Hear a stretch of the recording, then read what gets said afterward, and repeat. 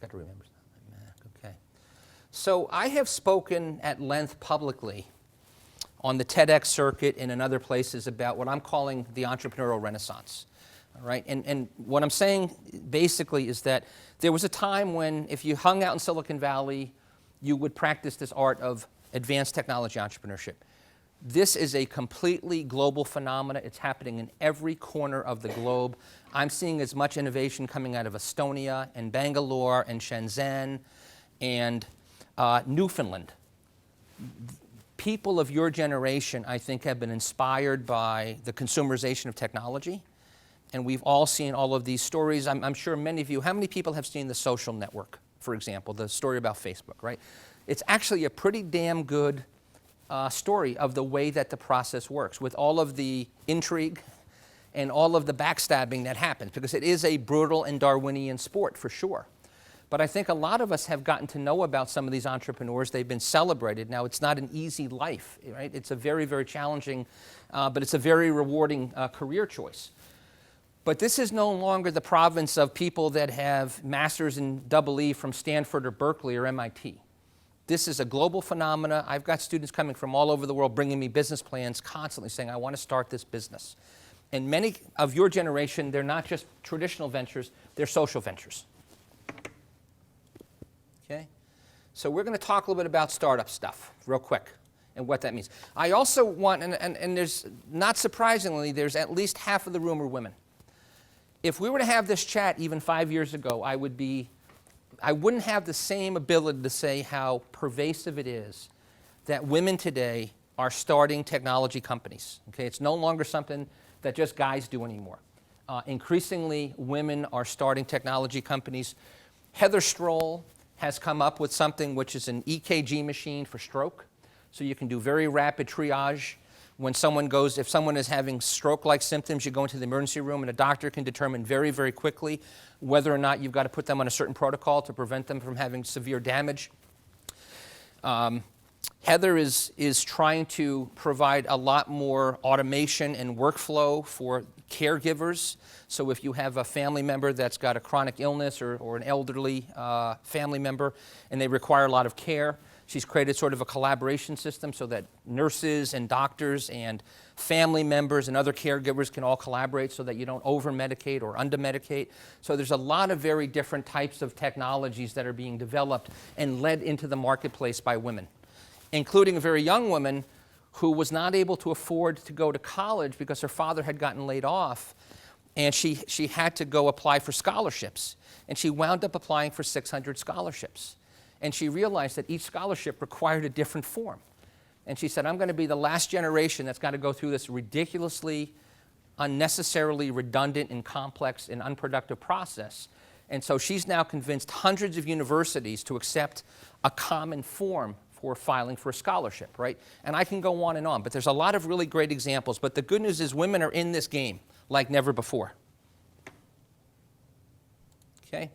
So I'm a Springsteen guy. I wear it on my sleeve, right? We're all, in the words of Springsteen, we're all working on a dream, right? But the challenge is when you work on a dream, there are some people that don't necessarily want to see you achieve that dream.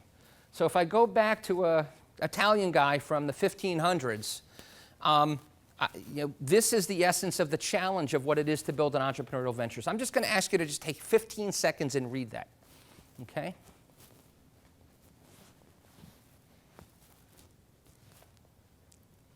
Because it's as true today as it's ever been.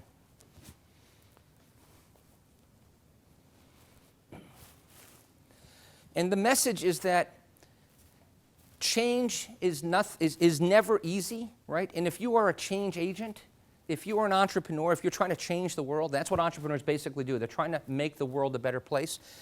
There are always people that profit under the old way of doing things, that will resist any new approach, okay? Especially in regulated industries, and especially when you are starting to delve into issues which have a lot of social and therefore emotional impact, right? So there's a lot of people that will try to step in and prevent you from achieving what it is that you want to achieve. Okay, so it takes a lot of courage and it takes a lot of persistence to do the kinds of things. Now, Kennedy says it in quite a much more abbreviated and a lot more current term, right? But this is really what social entrepreneurs are all about. Okay, I dream of things that never were, and I ask why not. Okay? So that's what social entrepreneurs are asking themselves all the time. Why not? Why can't we do it that way? Okay? But change is a motivator, and it has its enemies. So we look at this guy, okay, and we take a lot of inspiration from what he did. But we're now going to try to apply those skills, right? And here's Jobs talking about what it takes. And he was referring to himself in many ways because he was a rebel. He was a troublemaker. He was a radical. He did disrupt more industries than anybody that's ever lived before, right? You can quote them, disagree with them, glorify or vilify them, but the only thing you cannot do is ignore them because they change things. They push the human race forward. And while some see them as crazy, we see genius, because the ones who are crazy enough to think that they can change the world are the ones who do, okay? And he did, in an extraordinary way, okay? So when you think about innovation and entrepreneurship, there are two ways to innovate. There are these conceptual innovators that have this vision, and they never let it go. So Picasso is a great example of that. Okay? He came on the scene as a very young artist with an extremely different approach and revolutionized his industry. Okay? Steve Jobs clearly is in that mold. There are very few people that have that level of vision and confidence. If we had more time, I would show you a video of Steve Jobs when he was in his 20s, talking about what it was like when he walked into the Xerox Palo Alto research labs in the late 1970s and saw the graphical user interface for the first time. And he said, I saw the future. He said, in 10 minutes, I knew that this is what the future of computing was like. Now, back then, computing was a mainframe computer in a highly secure room, highly, air-conditioned with security guards around it, and you went in and you threw a bunch of punch cards into a card reader, right? Beyond anything you can conceive of with your iPhones and your iPads. But it was nowhere near personal in any way, right? It was this incredibly impersonal experience. It was like working with a robot. And he saw 30 years ago where this was going, okay? And so that level of confidence, of course, drives things. But far more typical is the Shazan approach, okay? Where progress comes in fits and starts. You make some progress, you hit a plateau, you learn, you re-engage the marketplace.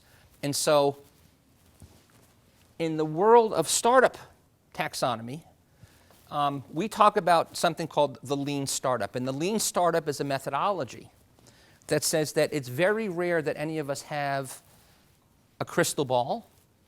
It's very difficult for us to predict what people want. Steve Jobs had an uncanny ability. He's one in a billion people that could do that. But most of us put our pants on one leg at a time, and we need to go and we need to do a lot of work very humbly in the marketplace, asking people what they need, not assuming that we know, but letting them tell us and being humble enough to change it when it doesn't work, okay?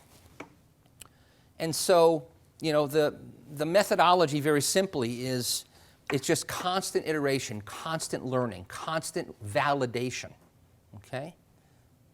Now, I'm not even going to spend more than 30 seconds on this, but the mantra is something called product market fit. You do not invest in scaling your business until you are absolutely certain that the market wants what you've got, okay? And I'm going to talk about a great example of British Petroleum bringing stoves into rural India, spending billions of dollars giving away stoves, but yet not recognizing that the average Indian could not afford the wood pellets that were required to actually use these stoves. So they thought that they had this great idea, and they were being very generous, and they were giving away billions of dollars of stoves, but they became basically doorstops because no one really went into the market and tested them. I'm going to talk about an extremely different approach where people actually go and live in rural India, live in the villages in Africa, live with the people and understand what they need and give them what they need. Very, very different, okay? Using the same principles that I've used for 25 years as a technology entrepreneur, okay? So now Edison's Innovation Laboratory, right, here in New Jersey, was a precursor of the lean startup. It turns out that in many ways, Edison's innovation factory was a perfect model for the lean startup, okay? We're talking about 140 years ago. He built the first industrial research and development complex. And he was so far ahead of his time. He was all about rapid prototyping and experimentation.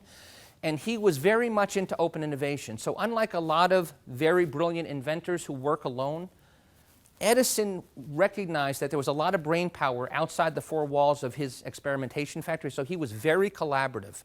So he had a network of hundreds of scientists and engineers that he would work with.